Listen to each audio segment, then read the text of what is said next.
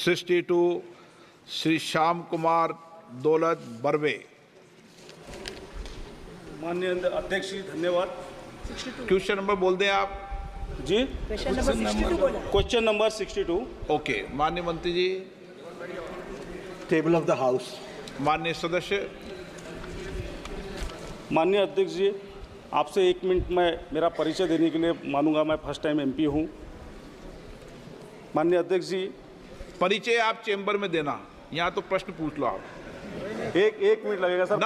First time बोल रहा हूँ। 1 मिनट के लिए परिचय चेंबर में। मैं सबसे छोटी सदन से आया हूँ, ग्राम पंचायत से उप सरपंच से आया हूँ। नहीं, सर, ये प्रश्न काल में प्रश्न पूछो चेंबर में। हुबू बना हुआ है आपका, सबका एक बायोडाटा बना हुआ है। वो किताब दे देंगे आपको। धन्यवाद सर। मैं आपके माध्यम से माननीय मंत्री जी से पूछना चाहता हूं कि सरकार ने संशोधित औषध प्रौद्योगिकी उन्नयन सहायता योजना से देश की छोटी छोटी दवा बनाने वाली कंपनी को वंचित क्यों रखा है, जबकि छोटी दवा बनाने वाली कंपनी ने सरकार को अपनी समस्या भी बताया है, लेकिन सरकार ने कोई सकारात्मक कदम नहीं उठाया। जब तक हमारे देश की छोटी कंपनी को इस योजना का लाभ नहीं मिलेगा, तब तक कैसे वैश्विक स्तर के मानकों को कैसे पूरा कर सकते हैं? माननीय मंत्री जी। मैं माननीय सदस्य को इस बात से अवगत कराना चाहता हूं कि सरकार ने छोटी कंपनी हो या मध्य कंपनियां हो, मिडिल साइज़ की कंपनियां हो, सबको वंचित करने का तो सवाल ही नहीं उठता, बल्कि उनको प्रोत्साहित करने का काम किया है। जो प्रश्न है ये 2 भागों में बटा हुआ है। एक प्रश्न में जो विषय आता है वो पहले फार्मास्यूटिकल टेक्नोलॉजी अपग्रेडेशन असिस्टेंस, और उसी को आगे बढ़ाते हुए प्रधानमंत्री मोदी जी के नेतृत्व में चलने वाली सरकार ने revamped pharmaceuticals technology upgradation assistance scheme इसको लागू किया है। और इस स्कीम के तहत जो हमारे छोटे उद्योग हैं, मध्य उद्योग है, उनको सपोर्ट करने का और उनको स्पेशल प्रोटेक्शन दे करके उनको असिस्टेंस देने का ये काम किया गया है।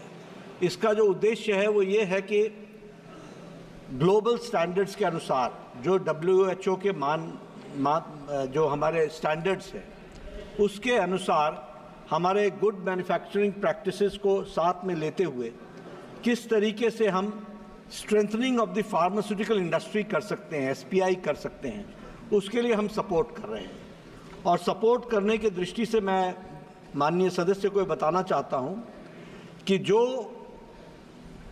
यूनिट 1 करोड़ की लागत से लेकर के 500 करोड़ की लागत तक का, और जो फैक्ट्रीज हैं, जो मैन्युफैक्चरिंग यूनिट्स हैं, उनको हम फाइनेंशियल सपोर्ट दे करके उनको हम स्ट्रेंथनिंग करने के लिए हम सपोर्ट देते हैं।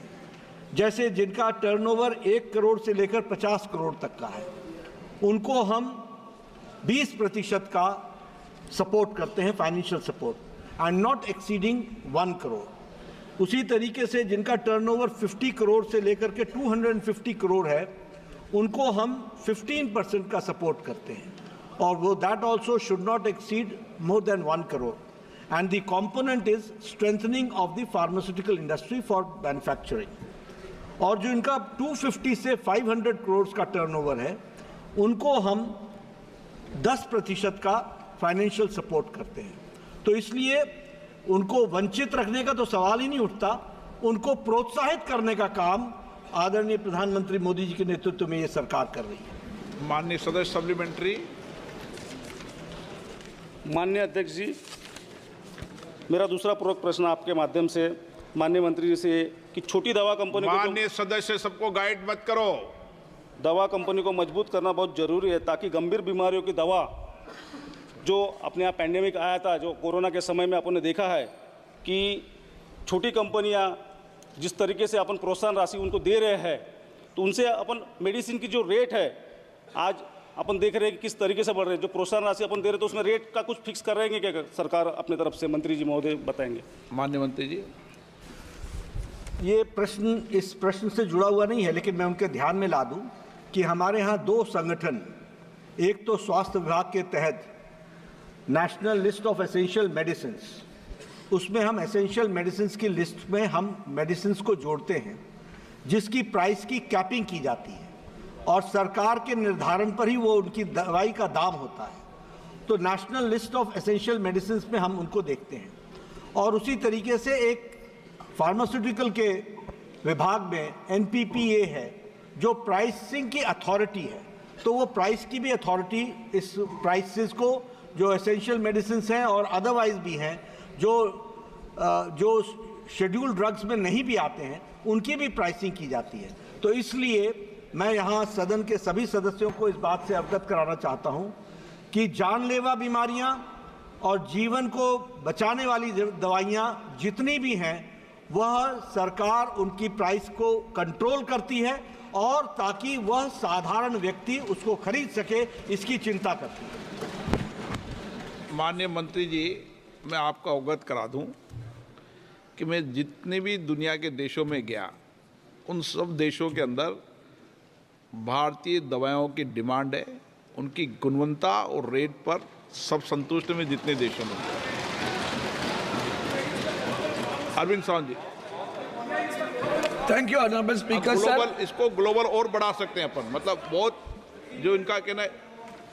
थैंक यू ऑनरेबल स्पीकर ये सर। इनका एक मिनट अरविंद जी, इन सबका मत ये है सदन का कि ग्लोबली और इसको बढ़ा सकते हैं मापदंडों से, और एक्सपोर्ट करने में भी भारत दुनिया का सबसे नंबर 1 देश हो सकता है। ऐसी तरह अभी दूंगा आपको भी, अरविंद सावंत जी दूंगा आपको। Thank you, Speaker. Honorable Speaker, sir.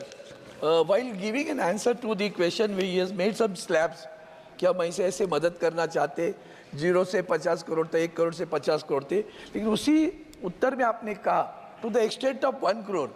जब 250 करोड़ तक क्या 15% देने वाले हो तो 1 करोड़ क्यों? तो उसका 15% ज़्यादा बनता है। तो क्या वो सीमा उसने आपने लगाई है क्या? नहीं तो भी परसेंटेज को कोई मतलब नहीं है। दूसरी बात, आपके पास 100 से ज़्यादा एप्लीकेशन आ गए, आपने उनमें से 7 को सिर्फ मान्यता दी है। Why the 93 have been whether rejected और they will be considered in future? और दूसरी बात कि क्या हम आप जो आप प्रयास करें उसका भी स्वागत करता हूँ, बहुत अच्छी बात है। जैसे आदरणीय अध्यक्ष जी ने जो कहा, तो हमारी दवाओं का पेटेंट बनाने के लिए वर्ल्ड क्लास जब बनाने जा रहे तो we have to create patent also.